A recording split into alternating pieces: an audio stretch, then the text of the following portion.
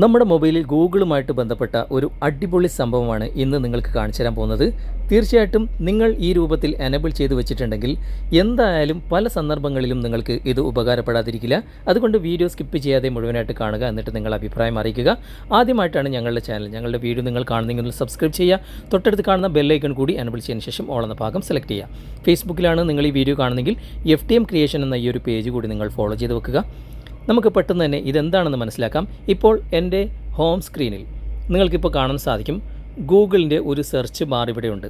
ഇവിടെ സെർച്ച് ചെയ്യുന്ന ഒരു സംഭവം കൂടി ഇവിടെയുണ്ട്. അതുപോലെ തന്നെ ഒരു മൈക്കിൻ്റെ ഒരു ചിഹ്നമുണ്ട്. അതുപോലെ തന്നെ ഒരു ചക്രം പോലുള്ള ഒരു തൊപ്പി വെച്ചിട്ടുള്ള ഒരു സംഭവം ഇവിടെയുണ്ട്. അതുപോലെ തന്നെ ഗൂഗിൾ ലെൻസിൻ്റെ ഒരു സംഭവമുണ്ട്. അതുപോലെ തന്നെ ഇവിടെ ഡൈനോസറിൻ്റെ ഒരു ചിത്രമുള്ള ഒരു സംഭവം ഉണ്ട്.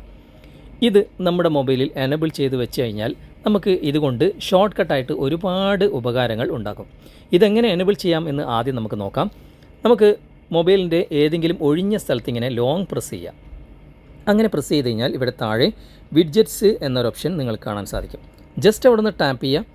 അതിനുശേഷം കുറച്ച് താഴേക്ക് ഇങ്ങനെ സ്ക്രോൾ ചെയ്ത് കഴിഞ്ഞാൽ ഇവിടെ ഗൂഗിൾ ക്രോമിൻ്റെ ഒരു ഓപ്ഷൻ നിങ്ങൾക്ക് കാണാൻ സാധിക്കും. അവിടെ വലതുവശത്ത് ഒരു ഏരോ മാർക്ക് നിങ്ങൾക്ക് കാണാൻ സാധിക്കും. ജസ്റ്റ് അവിടെ നിന്ന് ടാപ്പ് ചെയ്യുക. അതിനുശേഷം കുറച്ച് താഴേക്ക് വന്നു കഴിഞ്ഞാൽ ഇവിടെ ഞാനിപ്പോൾ എനേബിൾ ചെയ്ത ആ ഒരു സംഭവം, ഗൂഗിൾ സെർച്ചിൻ്റെ ആ ഒരു സംഭവം, 4 ഐക്കണും അതുപോലെ തന്നെ സെർച്ച് ബാറും അടങ്ങിയ ആ ഒരു സംഭവമുണ്ട്.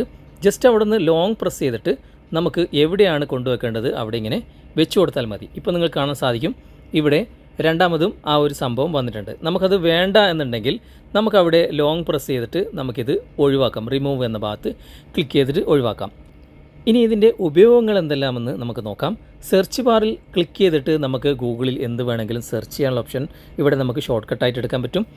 ഇവിടെ വോയിസ് സെർച്ച് ചെയ്യുന്നെങ്കിൽ ഇവിടെ വോയിസിൻ്റെ ആ ഒരു മൈക്കിൻ്റെ ചിഹ്നത്തിൽ ക്ലിക്ക് ചെയ്തിട്ട് നമുക്ക് വോയിസിൽ സെർച്ച് ചെയ്യാനുള്ള ഓപ്ഷനുണ്ട്.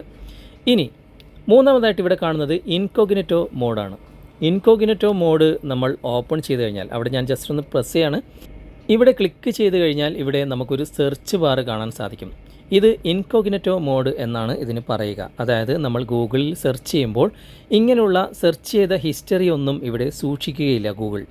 നമുക്ക് സീക്രട്ടായിട്ട് എന്തെങ്കിലും കാര്യങ്ങൾ സെർച്ച് ചെയ്യണം, ഇനി നമ്മൾ സെർച്ച് ചെയ്ത ഹിസ്റ്ററി മറ്റുള്ളവർ കാണരുത് എന്നൊക്കെ ആഗ്രഹിക്കുന്നവരാണെങ്കിൽ തീർച്ചയായിട്ടും ഈ ഒരു ഇൻകോഗ്നിറ്റോ മോഡിൽ സെർച്ച് ബാറിൽ നിങ്ങൾ സെർച്ച് ചെയ്ത് നിങ്ങൾ കണ്ടെത്തുക.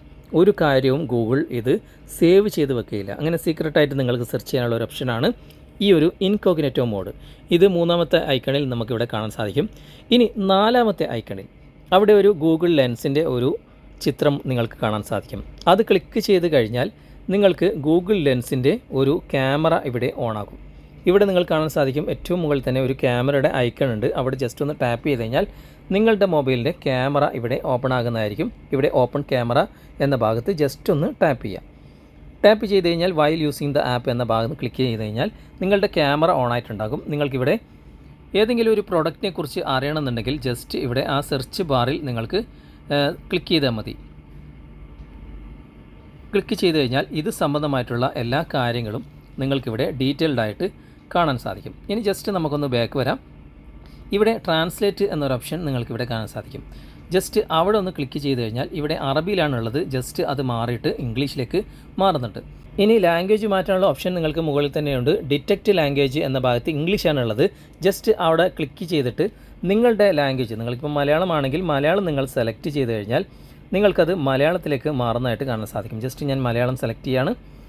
ഇപ്പോൾ അത് നേരെ മലയാളത്തിലേക്ക് മാറിയിട്ടുണ്ട്.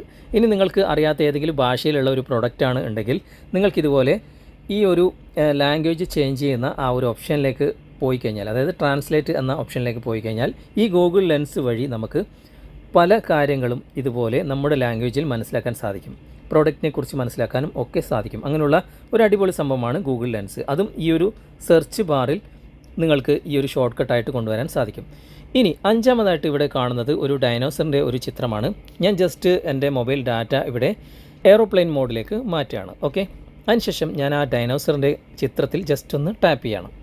ഇപ്പോൾ ഡൈനോസറിൻ്റെ ചിത്രം ഇവിടെ വന്നിട്ടുണ്ട്. ജസ്റ്റ് ആ ഒരു ചിത്രത്തിൽ ഞാനൊന്ന് ടാപ്പ് ചെയ്യുമ്പോൾ അതിങ്ങനെ ഓടിക്കളിക്കുന്നത് നിങ്ങൾക്ക് കാണാൻ സാധിക്കും. ഇവിടെ ചെറിയൊരു ഗെയിം നമുക്കിങ്ങനെ കളിക്കാം. ഓക്കെ, നമുക്ക് ഫ്രീ ടൈമൊക്കെ ടൈം പാസിന് വേണ്ടിയിട്ട് ഇതുപോലെ ഗെയിം ഇങ്ങനെ കളിക്കാൻ പറ്റുന്ന ഒരു സംഭവം ഇവിടെ തന്നെ സെർച്ച് ബാറിൽ ഉണ്ട്.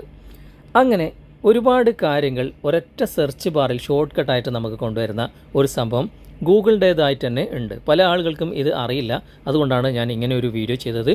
ഇന്നത്തെ വീഡിയോ നിങ്ങൾക്ക് ഉപകാരപ്രദമായി എന്ന് തോന്നുന്നുണ്ടെങ്കിൽ നിങ്ങളുടെ കൂട്ടുകാരിലേക്കും വീഡിയോ ഷെയർ ചെയ്തെത്തിക്കുക. അതുപോലെ തന്നെ വീഡിയോയെക്കുറിച്ചുള്ള അഭിപ്രായങ്ങളും നിർദ്ദേശങ്ങളും നിങ്ങൾ കമൻറ്റായി രേഖപ്പെടുത്തുക. വീഡിയോ ഇഷ്ടമായിട്ടുണ്ടെങ്കിൽ ലൈക്ക് ചെയ്യാനും കമൻറ്റ് ചെയ്യാനും ഷെയർ ചെയ്യാനും മറക്കരുത്. അടുത്ത നല്ലൊരു വീഡിയോയുമായി അടുത്ത അവസരത്തിൽ നമുക്ക് വീണ്ടും കണ്ടുമുട്ടാം. Thanks for watching. Bye bye.